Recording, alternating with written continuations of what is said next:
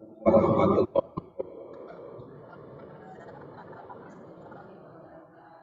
Alhamdulillah wassalatu wassalam ala Rasulillah wa ala alihi wa sahbihi wa mawalah.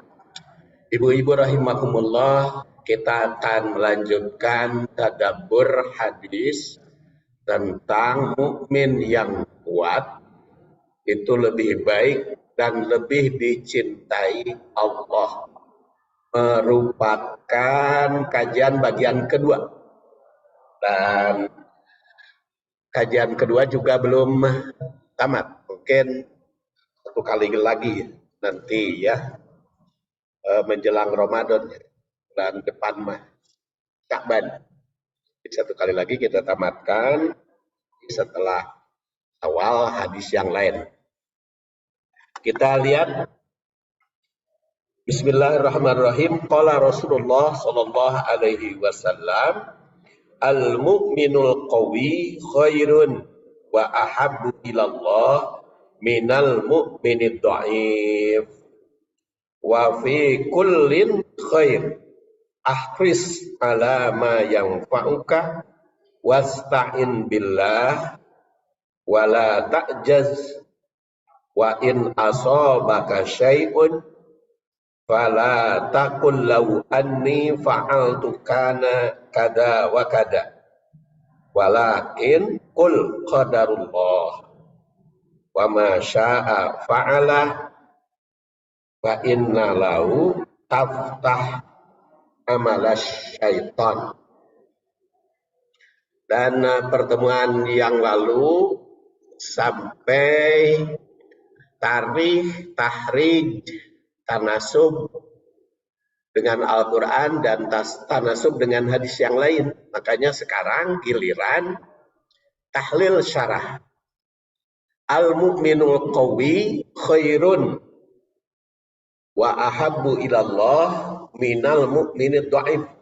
Al-mu'min, mukmin, orang yang beriman, al-qawi, yang kuat, yang memiliki kekuatan, yang berkekuatan, khairun itu lebih baik, wa ahabu dan lebih dicintai, lebih Allah mencintai ilallah pada Allah minal mu'minid dhaif, dibanding mukmin yang lemah. Jadi orang mukmin yang kuat lebih baik dan lebih dicintai Allah dibanding mukmin yang dhaif. Di sini khairun, jadi lebih baik. Wa ahabu dan lebih dicintai. Bukan berarti Allah benci pada orang mukmin yang lemah, tapi yang kuat lebih Allah cintai. Dan tidak disebut mukmin yang lemah teh jelek, hanya kalau kuat lebih baik. Itu kalimatnya ya, kalimat aslinya. Khairun wa ahabu ilallah minal mu'minid dhaif, dibanding mukmin yang lemah. Menurut Abu Yahya An-Nawawi, jadi Imam Nawawi itu yang lahir 631, wafat 676, itu namanya Abu Yahya. Jadi bukan Nawawi nama ya. Kita sering tertukar Imam Nawawi nama dan Imam Nawawi karena orang Nawa. Kalau Imam Nawawi nama itu orang Banten. Itu orang ulama Banten tapi lama di Mekah. Itu Imam Nawawi yang Bantani ya. Itu nama Nawawi nate. Hari mah namanya Yahya bin Abu Yahya Imam Nawawi. Kata Imam Nawawi, yang dimaksud dengan qawi di sini adalah mukmin yang mempunyai kekuatan dalam berbagai hal. Yang memiliki kekuatan itu di dalam berbagai hal, bukan di dalam salah satu hal saja. Dia memiliki kekuatan di dalam berbagai hal, seperti kuat mental dalam berjuang mencapai kebahagiaan di akhirat. Itu kowinya kuat mental. Kemudian selalu menyiapkan diri untuk jihad melawan tantangan.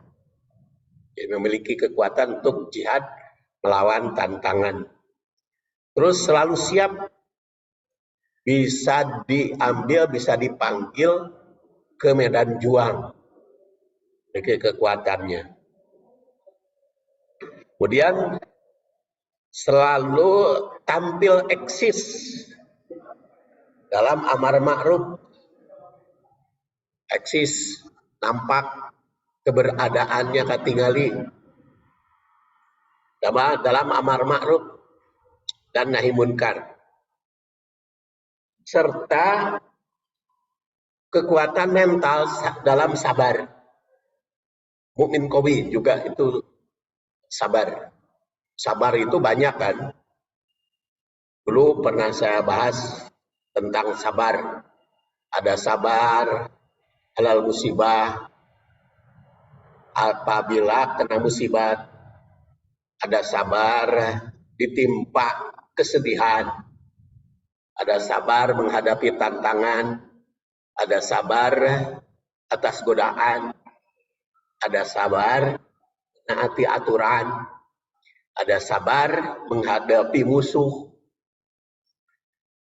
Dan masih banyak lagi sabar itu. Makanya sering ada istilah sabar teh aya batasna. Jawabannya tidak ada batas sabar itu. Di sabar itu tidak ada batas, karena kapanpun harus selalu sabar. Cuman bagaimana sabarnya tergantung kepada yang dihadapi. Sabar menaati Allah. Jadi siap menjalankan aturan kapanpun, dimanapun. Sabar menjauhi maksiat, walaupun banyak godaan. Sabar menghadapi musibah. Sabar menghadapi tantangan. Jadi sebenarnya sabar itu tidak ada batas. Karena akan selalu. Nah, kata Imam Nawawi, al-mu'minul qawi juga termasuk sabar yang kuat di dalam menghadapi berbagai tantangan. Kemudian yang keenam, sabar berusaha kuat, berusaha keras dengan kekuatan mengharap ridho Allah.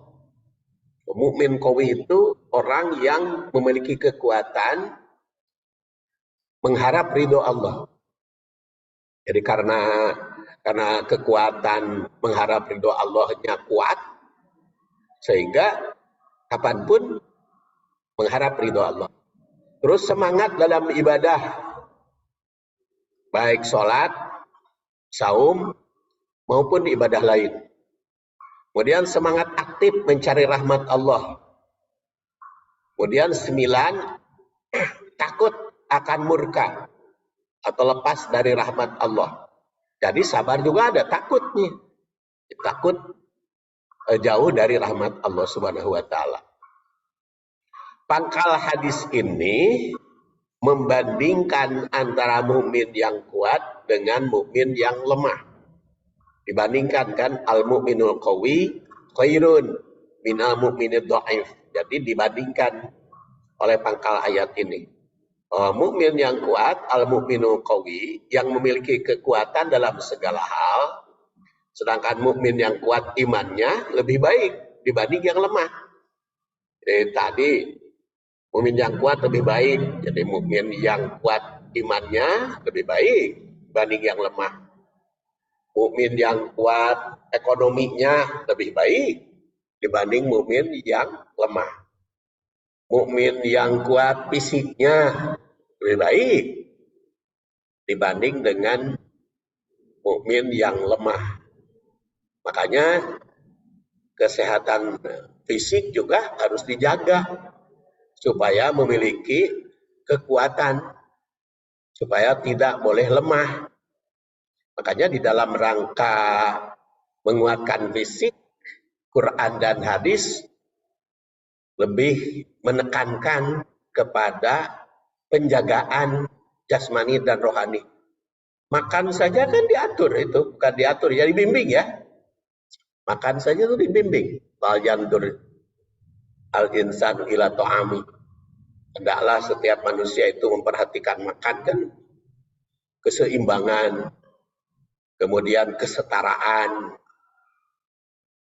Makan itu kan ada sekarang itu namanya gizi seimbang ya. Gizi seimbang. Gizi seimbang itu kalau menurut perkembangan baru ada food kombinasian atau food kombinasi, ada food balancing, food balancing. Food balancing teh ku Rasul mah geus dibimbing dari baheula. Food balancing jadi makanan yang seimbang.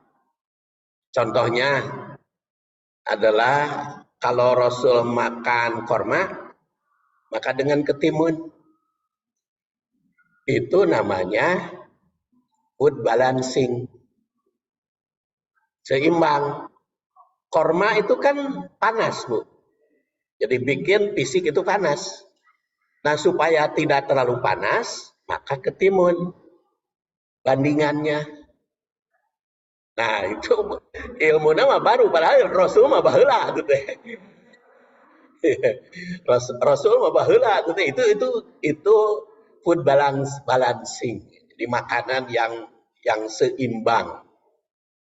Kemudian kalau makan pohon buah tin kan dengan zaitun. Tin itu manis, zaitun asin. Zaitun bikin panas, tin dingin. Rutob haroroh. Ada rutob, ada haroroh, itu namanya gizi seimbang atau food balancing. Jadi oleh karena itu supaya apa? Supaya mukmin itu kuat ya. Dibanding-bandingkan oleh Rasulullah. Cuman kadang-kadang kan kita karena kurang dibahas hadis-hadis nukarar itu teh, mudah-mudahan kemah kurang bahas hadis-hadis nukarar itu supaya sehat jasmani dan rohaninya. Kemudian mukmin yang kuat ekonominya juga khair, lebih baik dibanding dengan yang lemah. Jadi mukmin itu mesti menjadi orang kuat kalau ingin baik. Jangan jadi mukmin yang lemah. Bahkan dalam hadis ini wa ahabbu ilallah, bukan hanya lebih baik tapi lebih dicintai oleh Allah Subhanahu wa taala minad dhaif dibanding yang lemah.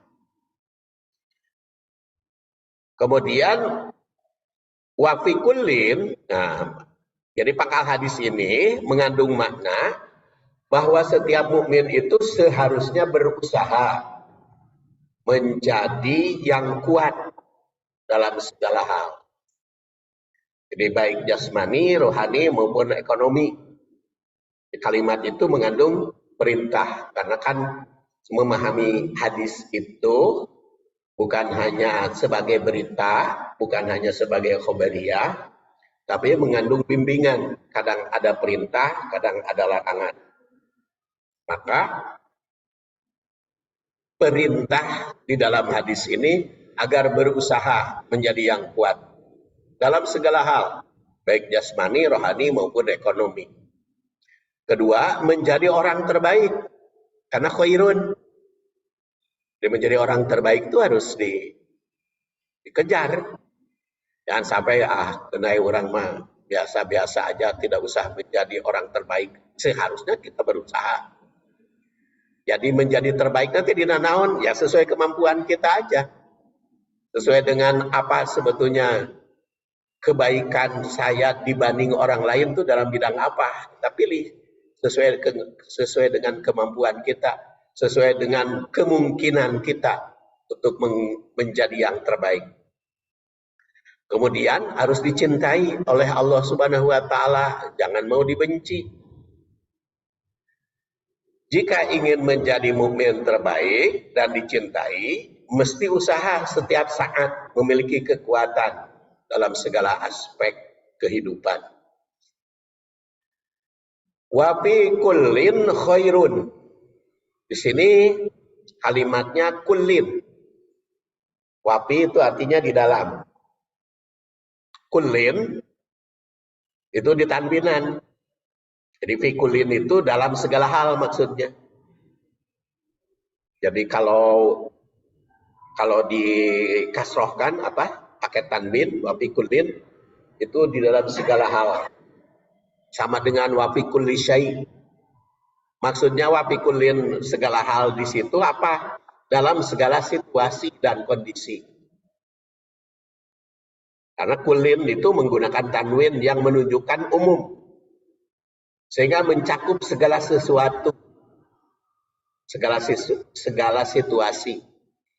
Tegasnya bagi mukmin itu akan tetap menjadi baik. Dalam keadaan apapun. Baik dalam keadaan kuat ataupun lemah. Baik dalam keadaan tertindas. Ataupun berkuasa. Mukmin itu harus selalu baik. Apalagi kalau memiliki kekuasaan ya. Nah, memiliki kekuasaan itu kan akan mendapatkan kemuliaan di sisi Allah. Apalagi kalau jadi pemimpin. Kalau jadi pemimpin apa? Ya mulai dari presiden, gubernur, bupati, wali kota, camat, lurah, RT, RW. Harus menjadi dan akan meraih terbaik. Makanya kalau memilih pemimpin itu harus yang terbaik. Ingat tuh 14 poin kita memilih pemimpin, memilih presiden, DPR, DPRD Jabar, DPRD Kota Bandung, DPD, Dewan Perwakilan Daerah. Ibu harus tahu itu siapa yang dipilih. Yaitu yang pertama, aqra'uhum li kitabillah. Pemimpin yang dipilih aqra'uhum li kitabillah. Paling paling fasih membaca Quran. Kalau semuanya muslim, kan muslim presiden tiganya presiden muslim. Maka dari 3 presiden tuh pilih aqra'uhum li kitabillah. Paling fasih bacaan Quran. Kalau ternyata sama, fasih membaca Quran, tilu-tiluna, yang paham sunnah. Kalau nyatanya sama, maka aqdamuhum hijrah. Yang paling baik, yang paling awal menjadi baik. Jadi presiden gitu. DPR pusat pilih dari berapa ratus tuh calon DPRD yang dipilih ratusan ya. Nah, pilih yang paling paham membaca Quran. Jadi milih pemimpinnya bukan urusan duniawi muslim mah, tapi urusan ibadah, urusan ukhrawi, dan pedomannya sudah ada di dalam hadis. Aqra'uhum li kitabillah, rek presiden, rek DPR, rek DPRD Jabar, rek DPRD Kota Bandung, itu pilihannya. Termasuk DPD. Lamun ibu terang taroskeun, ya dina calon DPR teh ya nu mana nu paling fasih baca Quran. Kan seueur tah dipilihan. Jabar juga nu mana? Kota Bandung juga yang mana? Yang paling baca Quran. DPD juga yang mana? Yang paling fasih baca Quran. Ai presiden mah gampang tilunya mana nu fasih dalam Quran. Kan gampang teman geus hafal. Ibu oge piraku teu hafal. Tapi itu urusan agama ya, pemilihan itu. Pemilihan presiden, DPR, DPRD.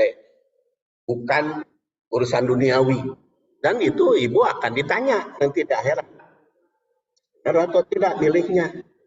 Kumaha mun teu milih we, teu milih ge ditanya. Jadi rek milih rek teu milih ditanya. Pertanggung jawab. Dia lebih baik milih. Jangan golput. Kumaha carana? Tah eta we tinggal taroskeun. Taroskeun kanu terang. Saha nu paling fasih baca Quran, paling paham tentang hadis, paling paham tentang hijrah. Itu dalam hadis ya. Semua pemimpin. Nanti juga pemilihan Ailurah mah milih orang mah. RW RT juga sama ya. Itu caranya kalau ada di antara calon itu. Tapi bagaimanapun jadinya wafi kullin khair. Harus baik dalam keadaan apapun kita sebagai muslim. Jadi di samping memilih yang terbaik, tapi juga harus menjadi baik. Karena kullin di sini. Tegasnya bagi mukmin itu akan tetap menjadi baik dalam keadaan apapun, baik dalam keadaan kuat ataupun lemah. Bahkan tertindas juga akan menjadi baik. Karena dia tetap iman. Jadi setelah pada kalimat sebelumnya mengecam orang yang lemah, karena kurang baik dibanding yang kuat, maka kalimat ini sebagai pujian terhadap yang lemah. Jadi yang lemah ge tetap hari baik mah dah wafi kullin khair. Jangan berputus asa lamun keur lemah tuh baik lemah fisik namun psikis, jasmani, rohani maupun ekonomi. Tegasnya baik menjadi kuat maupun lemah, setiap mukmin akan tetap baik. Hanya orang mukmin yang kuat lebih baik. Jadi bukan berusaha harus menjadi baik, hanya kalau menjadi mukmin yang kuat itu akan lebih baik. Makanya di sini disebut kullin. Ya. Semuanya itu khair. Karena apa? Karena tidak ada mukmin yang jelek. Pada dasarnya mukmin teh selalu baik. Tidak ada mukmin yang jelek. Setiap mukmin dituntut dalam kondisi dan situasi bagaimanapun mesti meraih kebaikan sesuai dengan keadaan masing-masing. Nah, Allah Subhanahu wa taala berfirman, kullun ya'malu ala syakilati. Farabbukum a'lamu biman huwa ahda sabila. Kul, katakan. Kullun, semua atau setiap orang itu ya'malu beramal ala syakilati sesuai dengan pembawaan ke keadaan masing-masing. Syakil, orang Indonesia mah skill. Syakil the skill. Ya. Jadi ya'malu ala syakilati. Ya, amalnya itu sesuai dengan skillnya masing-masing. Jadi walaupun tetap yang terbaik mah tadi akrohum ya. Di kitabillah yang paling paham tentang Al-Quran itu tetap yang terbaik. Tetapi karena kan pemahaman juga macam-macam. Pemahaman terhadap Quran, pemahaman terhadap hadis itu kan macam-macam. Itu sesuai dengan skillnya masing-masing. Makanya punya pemahaman di dalam Al-Quran itu keterbatasan kepada keadaan masing-masing. Karena memang di kita mah Bu banyak pisan gitu ya di media massa teh disebut hadis teh padahal enggak. Kemarin itu saya diminta judul untuk Februari ini, 27 Februari kan saya ceramah di Rumah Sakit Islam. Judulnya Bahagia Orang Saum Karena Dirindukan Surga. Nah itu teh saya tanya kepada panitia, Ini teh judulnya dari mana?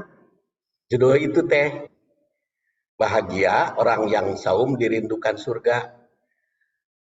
Karena setelah dikotek-tak hadis, kalau di Google mah ada majarkeun teh hadis riwayat Tirmidzi.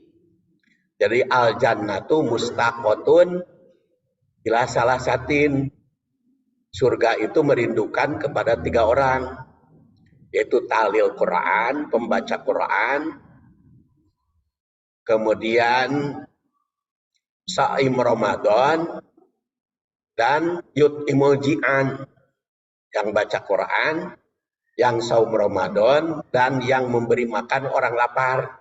Itu teh dirindukan ke surga. Dina Google mah aya teh hadis nate cenah riwayat Tirmidzi, Abu Daud dan Tirmidzi. Setelah saya kotek tak, tidak ada itu di dalam Abu Daud, tidak ada di dalam Tirmidzi, tidak ada. Eta teh duka teuing ti saha hadis eta teh.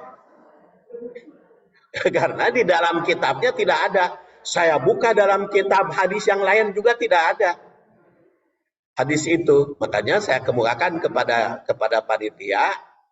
Saya bilang, kalau kepada saya judulnya yang ada hadisnya saja, atau ayat Quran. Karena kan kalau saya ceramah ada kajian Quran dan yang tidak ada hadis. Merindukan surga, merindukan 3 hal kan kudu hadis begitu mah. Karena kaitan dengan hukum. Kaitan dengan hukum kudu hadis. Jadi kalau tidak ada hadis, kalau tidak ada hadisnya jangan, makanya diganti judulnya nanti tanggal 27. Atau juga ada alaikum bisyifa aini al asal wal Quran. Hendaklah kalian berobat dengan 2 hal, yaitu madu dan Al-Quran. Itu di NU Online, di Google, di NU Online namanya. Itu hadisnya begitu, alaikum bisyifa aini al asal wal Quran. Kalian berobat dengan 2 hal, yaitu madu dan Quran. Disebutkan di NU Online itu hadis Bukhari Muslim. Itu ayat di Bukhari Muslim tuh tidak ada itu di hadis Bukhari Muslim. So aku tek di kitab-kitab hadis lain juga tidak ada. Ternyata di situ ada hadisnya hadis mauquf atau hadis mauquf. Ada yang mauquf, ada yang mauquf, itu palsu. Tapi di NU Online ditulis itu hadis rawahul Bukhari wa Muslim. Jadi ya Allah, sekarang mah banyak hadis palsu. Kalau berobat dengan madu ya ada, itu hadis riwayat Bukhari ya. Iski asalan, kan ada kan sahabat yang menghadap kepada Rasul, ya Rasulullah, teman saya nyeri beuteung, sakit perut. Kata Rasul, iski asalan, bere minum madu. Minum madu, balik. Datang teh ya Rasulullah teu cager. Geus dibere madu teh teu cager. Kata Rasul, iski asalan, bere minum madu 2 kali. Teu cager kene, 3 kali balik. Datang deui ka 3 kali, ya Rasulullah teu cager kene. Kata Rasulullah, iski asalan, bere minum madu. Sampai ke 4 kali. Eta mah kata Rasulullah, kadaba batnu akhi, perut saudaramu yang bohong. Hadis mah pasti bener. Akhirnya balik deui minum madu, bener cager. Tabaroa. Jadi kadang-kadang gitu ya. Tapi kan itu teh seimbang teh harus tahu ya, harus tahu di dalam pengobatan itu. Makanya kata anak saya perawat, sekarang itu pengobatan itu ada pengobatan holistik, ada pengobatan alternatif, ada pengobatan macam-macam sekarang itu. perbuatan macam-macam. Kullun ya'malu ala syakilati. Nah, itu sesuai dengan syakilah, skillnya masing-masing. Karena kayak tabab madu mah dibahas iraha deui we ke hadis. Kan kita di sini ngebahas hadis. Ini nanti masalah nukar itu hadis kita bahas. Dan di sini farabbukum a'lamu biman huwa ahda sabila. Tuhanmu itu sangat tahu biman huwa ahda sabila. Siapa yang mengikuti petunjuk, siapa yang lebih benar jalannya, ya, mengambil jalan yang lebih tepat. Nah, di sini berdasar surat Al-Isra 84, maka sesuai dengan kemampuan masing-masing, skillnya masing-masing.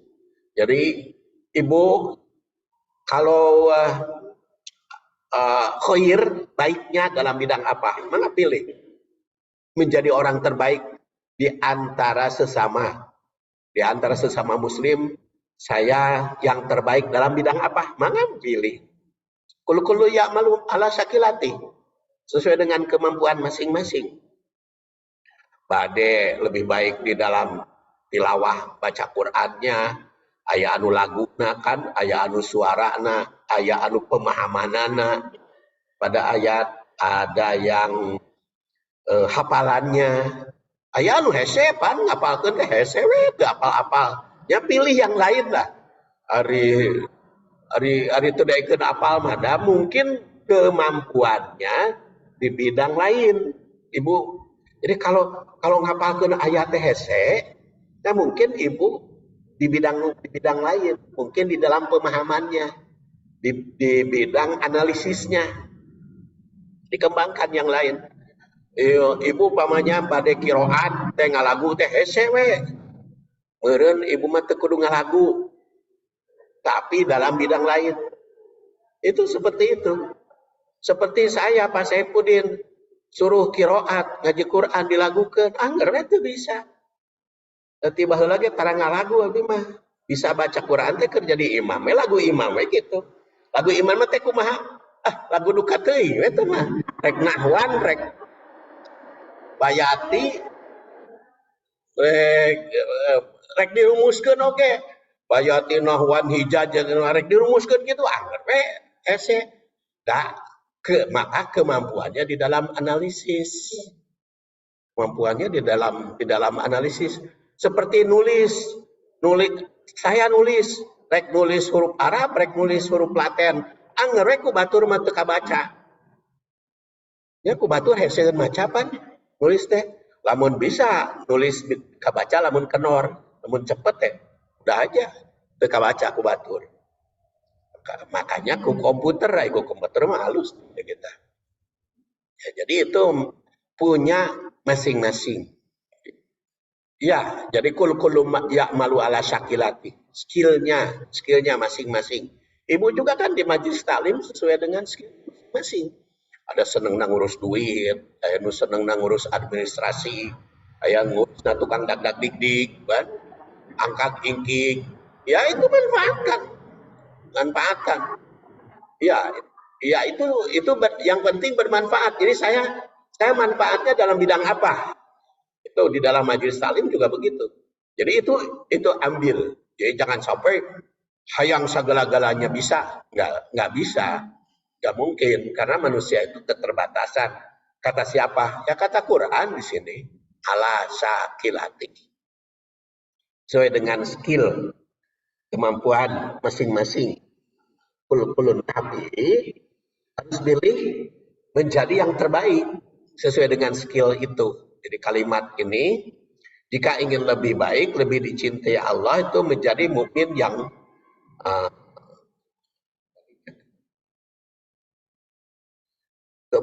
ya, sekali lagi ya, dalam situasi dan kondisi apapun, baik lemah maupun yang kuat, harus tetap meraih kebaikan. Karena fikulin khair.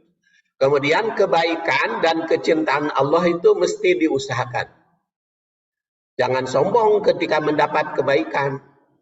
Kenapa tidak sombong mendapat kebaikan? Karena mungkin ibu di bidang iya baik, tapi di bidang yang lain lemah. Itu mah pasti gitu. Makanya kalau ada kebaikan itu tong sombong, pasti lemah di bidang di bidang yang lain. Makanya fas'alu ahla dzikri in kuntum ta'lamun. Banyak bertanya kepada yang tahu kalau kalian tidak tahu. Jadi kalau kalian tidak tahu artinya pasti di antara manusia teh ada yang tidak tahu dalam sesuatu hal. Maka tanya kepada yang tahu. Fas'alu ahla dzikri, kan fas'alu ahla dzikri in kuntum la ta'lamun teh ada dua di dalam Quran tuh. Ada di dalam surat An-Nahl 43, ada surat Al-Anbiya ayat 7. Itu tapi kalau surat An-Nahl mamin qoblika ma arsalna min qoblika illa rujalan nuhi, itu fasalu ahla dzikri mah. Kemudian kalau di dalam surat Al-Anbiya mah tidak pakai min, tapi qoblaka. Jadi itu, dan sambungannya itu beda. Kalau di dalam surat An-Nahl mah kaitan dengan bil bayinati wa zubur, tentang Al-Quran dan hadis. Tapi kalau di dalam surat Al-Anbiya mah kaitan dengan jasad, kaitan dengan fisik, jasmani. Jadi memang manusia itu ada yang punya kelebihan dalam bidang ritual, ya, kehidupan, keagamaan secara khusus, ada juga yang bidang-bidang yang lain. Dan itu fasalu ahla dzikri. Itu termasuk ahla dzikri juga semua. Jadi bertanya itu ada yang kepada ahli di dalam Quran dan hadis, tapi itu ahli di bidang sosial. Ada yang ahli di bidang sosial di dalam kehidupan sehari-hari, tapi kurang ahli di dalam Quran dan hadis. Dan itu ditanyakan.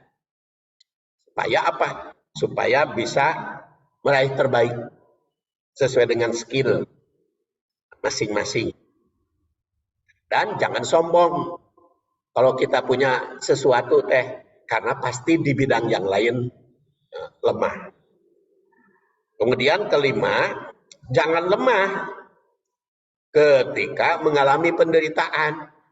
Jadi kalau ada penderitaan, jangan lemah, karena mungkin di bidang yang lain kuat, gitu ya.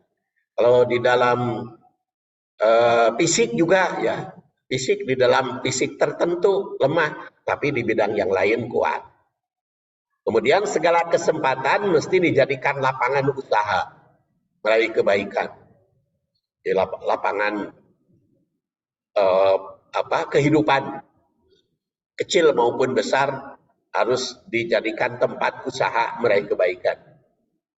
Dan mukmin itu harus tetap pandai memanfaatkan situasi dan kondisi apapun.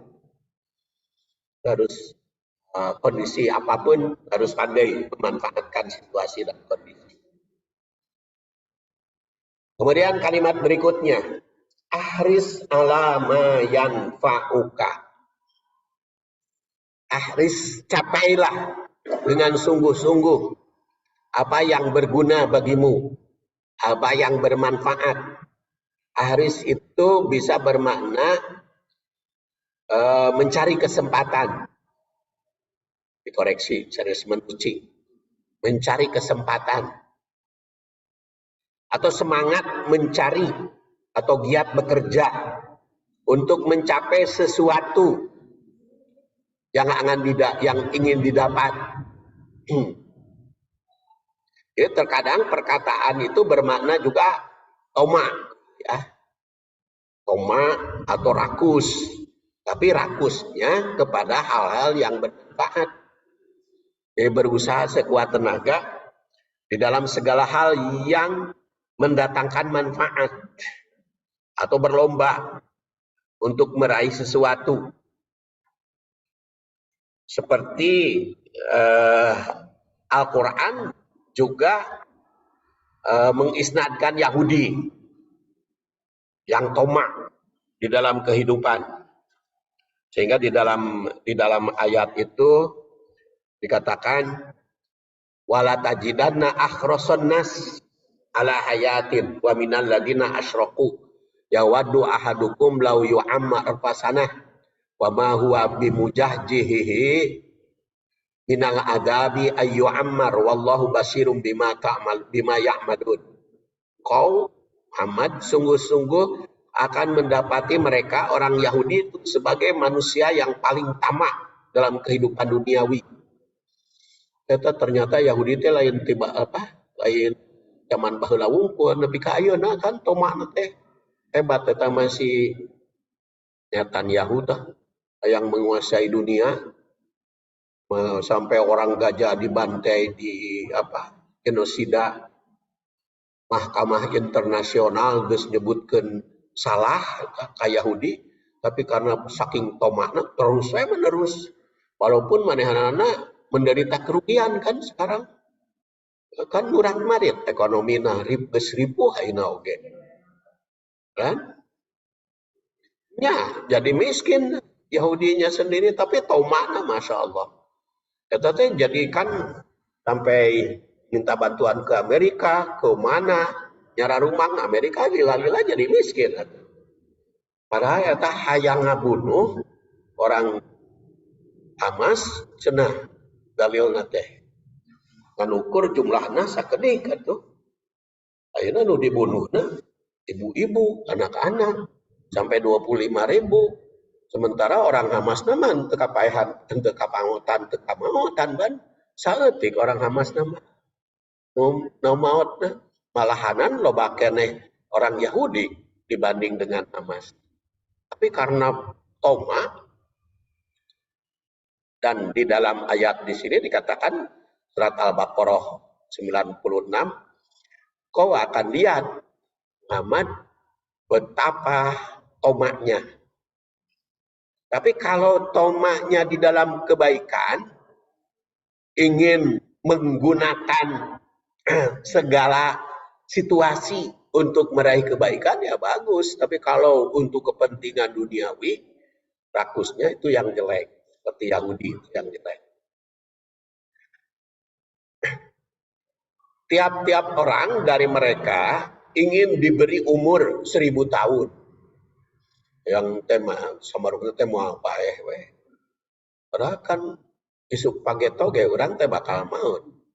Dan keheula we urang nya pan hayang keneh hirup aya hayang keneh hirup mah dah memang diparentah ku Allah pan ulah hayang mah ulah hayang maut iya Bu ulah mengharap-harap maut ulah lamun geus putus asa wae geus diponis ku dokter mah bisa sembuh deui eta teh doana teh Allahumma ahyini in kanatil hayat khairan li wa tawaffani in kanatil wafat khairan li ya Allah hidupkan aku kalau hidup lebih baik ya Allah wafatkan aku kalau mati lebih baik eta teh doa nu geus putus asa.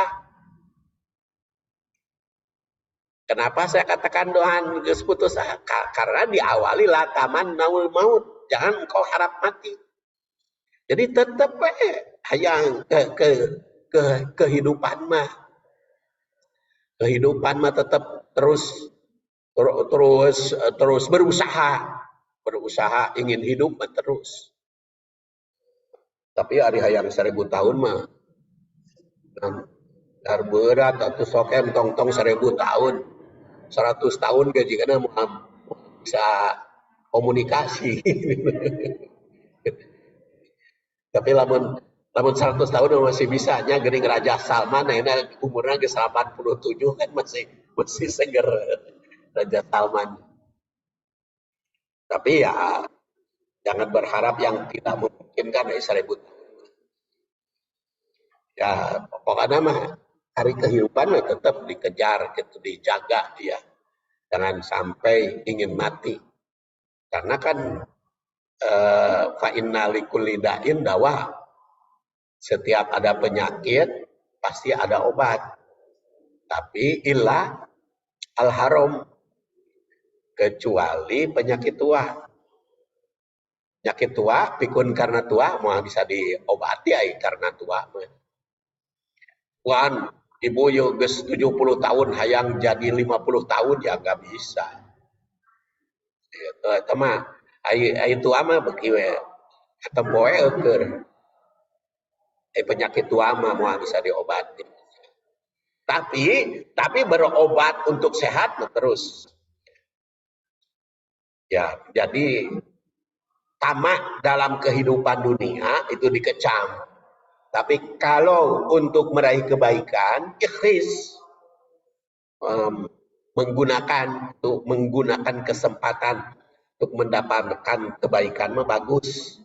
Jadi berdasar ayat ini keras bekerja itu hanya untuk kepentingan dunia itu dikecam. Kemudian berharap ingin 1000 tahun, gak usah yang hidup 1000 tahun, tong lah. Mangawe dipanjangkeun nama tapi hayang seger gitu. Terus menyangka usia panjang itu akan bebas dari siksa kan. Hadis ini menyuruh semangat bekerja, mencari kemanfaatan ikhlas itu. Bukan untuk kehidupan 1000 tahun seperti Yahudi, tapi kepentingan akhirat. Jadi di sini ditandaskan semangatlah bekerja alama yang fa'uka untuk meraih atau mencapai sesuatu yang bermanfaat bagimu, baik manfaat duniawi maupun manfaat ukhrawi untuk kehidupan akhirat. Jadi secara ringkas kalimat ini bermakna semangat hidup meraih manfaat. Dia harus terus lanjutkan walaupun geus usia tua. Kemudian manfaat segala situasi, memanfaatkan segala situasi dan kondisi. Terus capai segala yang bermanfaat baik bagi diri sendiri maupun orang lain. Kan khairukum atau khairun nas anfa'uhum linnas. Baik-baik manusia adalah yang bermanfaat bagi manusia lain. Makanya kita tuh berpikir saya manfaatnya untuk orang lain apa ya? Ya carilah skillnya masing-masing, kemampuan masing-masing yang bermanfaat itu. Karena yang bermanfaat mesti beraih, jangan disia-siakan. Walaupun kemampuannya sedikit, ya, ada manfaatnya bagi manusia lain, sehingga kehidupan kita teh eksis gitu di depan orang. Walaupun mungkin orangnya ya macam-macam, bisa 1, bisa 2, bisa 3, tapi memberi manfaat kepada mereka. Semangat jihad itu merupakan etos kerja setiap mukmin.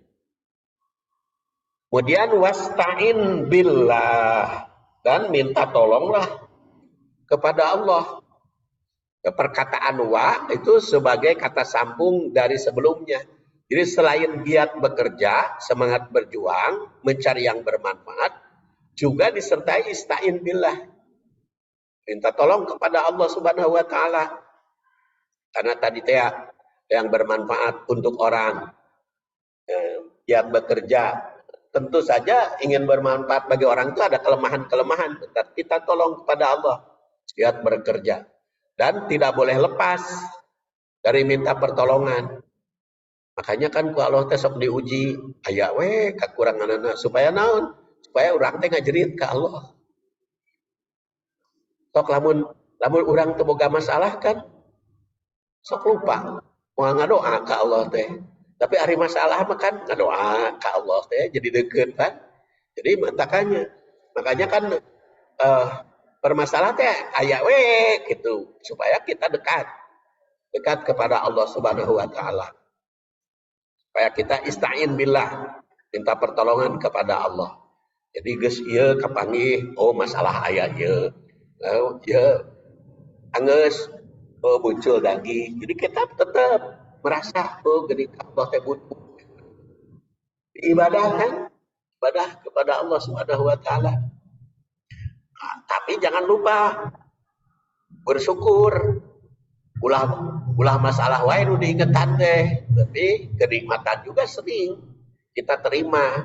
Ya. Kan kadang-kadang orang mah nu ingetan teh masalah wae gitu. Padahal kenikmatan mah suka lupa. Aya gergering, ripuh, pan aya nikmatna keur sakit oge. Kita keur sakit banget gitu. Keur sakit banget itu juga aya nikmatna. Saking banget pisan sakitna pingsan. Kan nikmat ke pingsan mah jadi teu karasa. Jadi itu saking banget koma. Lah koma teh jadi seneng gitu. Jadi teu karasa teh kudu koma mah. Nah itu jadi ada aja nikmatan. Oleh karena itu jangan lupa minta pertolongan kepada Allah dan disertai syukur. Ya. Dan itu juga dikemukakan oleh Ibnu Abbas. Makanya di sini dikatakan Rasulullah SAW nanti dibaca sendiri wala wajtama'u ala ayaduruka bisyai'in lam yadurruka illa bisyai'in qad katabahu Allah alaik rufi'at al-aqlam ajab tus-suhuf. Jadi kalaupun orang lain berbuat sesuatu untuk memadaratkan, tidak bisa kalau Allah tidak menghendaki. Oleh karena itu, jika minta pertolongan adalah kepada Allah. Allah itu memiliki wewenang untuk menakdirkan, memutuskan, merencanakan, dan juga mengubah. Jadi walaupun bagaimana takdir Allah itu sudah menetapkan, tapi kan Allah bisa aja mengubah takdirnya. Hanya minta pertolongan tetap apapun yang telah ditetapkan dalam takdir hanya bisa diubah oleh Allah.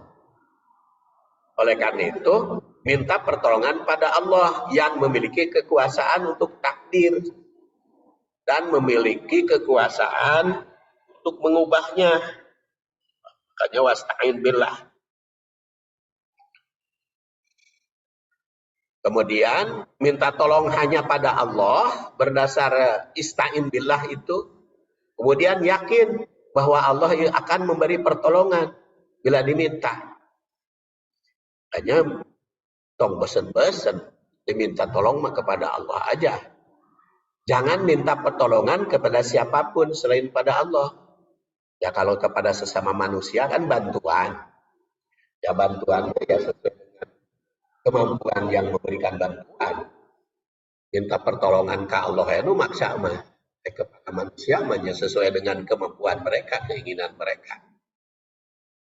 Kemudian mukmin yang kuat akan optimis akan pertolongan Allah. Jadi, karena pertolongan Allah pasti tiba, jadi di dalam hati itu ada rasa optimis. Kemudian keyakinan atas pertolongan Allah itu akan memberi kekuatan. Karena tidak putus asa ya. Pertolongan Allah pasti ada. Jadi bagi mukmin itu kuat mental. Ya. Jadi kuat iman itu akan menjadi kuat mentalnya. Ya. Kemudian kalimat berikutnya wala ta'jaz. Janganlah kamu menjadi orang lemah. Setelah Rasul memuji mukmin yang kuat bahwa mereka lebih dicintai Allah dan lebih baik, maka kalimat ini langsung melarang lemah. Jadi jelas arahannya bahwa setiap mukmin itu mesti mempunyai program untuk menguatkan dalam segala hal, baik jasmani, rohani maupun ekonomi. Wala ta'jaz, jangan lemah. Walaupun kersusah, jangan lemah. Bahkan dalam bidang ekonomi itu harus menjadi pemberi. Karena Rasul itu bersabda al-aidi salah satu. Tangan itu 3 macam tangan itu. Yaitu fayadullah al-mulia. Tangan yang paling mulia adalah tangan Allah. Cuma paling mulia. Kemudian yang kedua wayadul mukti allati taliha.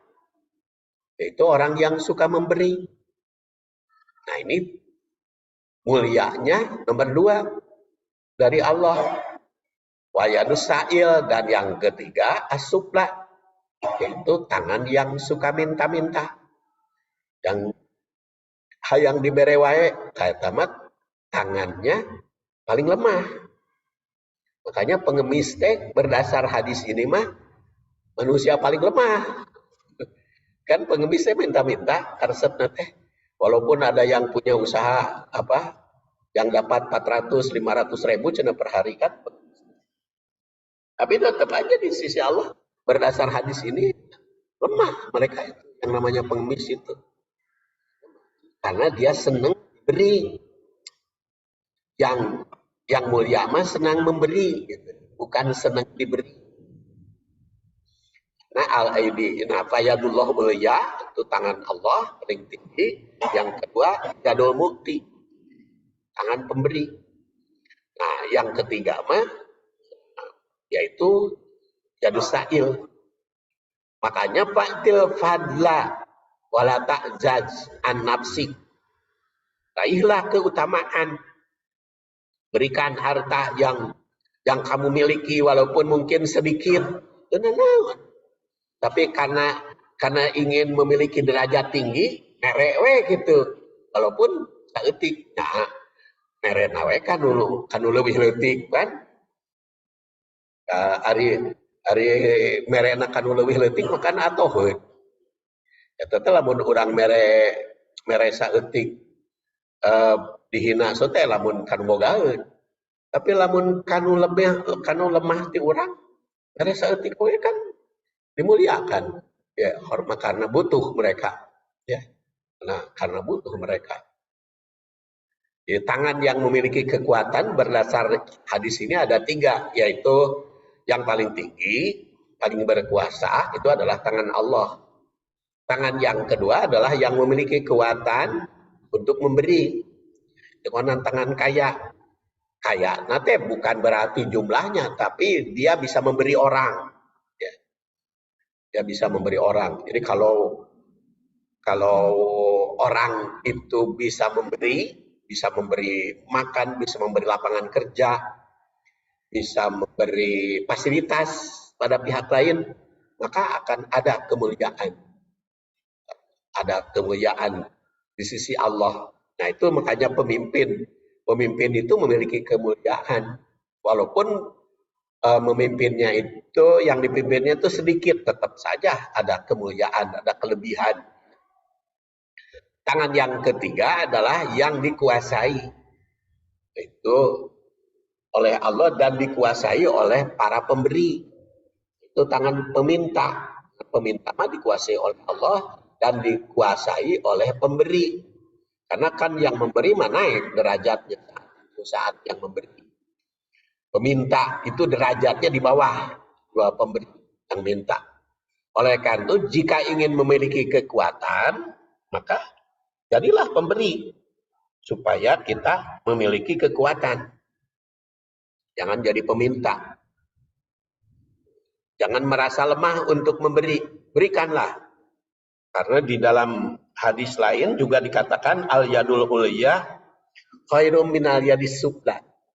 Tangan yang tinggi, tangan yang di atas lebih baik dari tangan yang di bawah. Siapa tangan di bawah? Yaitu yang minta-minta. Siapa tangan yang di atas? Yaitu yang memberi. Oleh karena itu jadilah pemberi kalau ingin baik, ya, kalau ingin mendapatkan kebaikan di sisi Allah Subhanahu wa taala. Jadi dalam hadis ini tersirat tangan yang di atas lebih sebagai pemberi adalah lebih baik daripada penerima. Kemudian yang kedua, pemberi tentu saja mendahulukan kepentingan keluarga yang menjadi tanggung jawabnya. Wabda biman ta'ulu, bukan berarti karena hayang jadi pemberi jadi pemberi sehingga seep keur di bumi oge, ya bukan berarti begitu. Wabda biman ta'ulu tetap. 3, sedekah terbaik adalah kelebihan dari yang telah diberikan kepada tanggung jawab. 4, sedekah bukan menghabiskan dari harta yang dimiliki, tetapi itu disisakan untuk memberi. Dan ini tersirat juga di dalam surat An-Nisa bahwa mustad'afin itu fil'ar disuruh hijrah kepada yang lebih baik di dalam surat An-Nisa, dan di sini dalam ayat ini tersirat kecaman kepada orang yang tertindas, lemah. Dua, bumi Allah itu luas, jangan senang jadi orang tertindas. Tiga, berdiam diri di tempat tertindas sama dengan dolim pada diri sendiri. Keempat, orang yang tidak mau berhijrah walau teraniaya itu diancam. Kemudian yang kelima, hijrah dan berjuang merupakan karakter muslim. Oleh karena itu, jadilah sebagai mukmin yang kuat, jangan mau tertindas. Perjuangan meraih kehidupan yang lebih baik itu merupakan karakter mukmin yang dicintai oleh Allah Subhanahu wa taala, bersambung ke makalah ketiga. Subhanakallahumma wa bihamdika asyhadu an la ilaha illa anta astaghfiruka wa atubu ilaik. Assalamualaikum warahmatullahi wabarakatuh.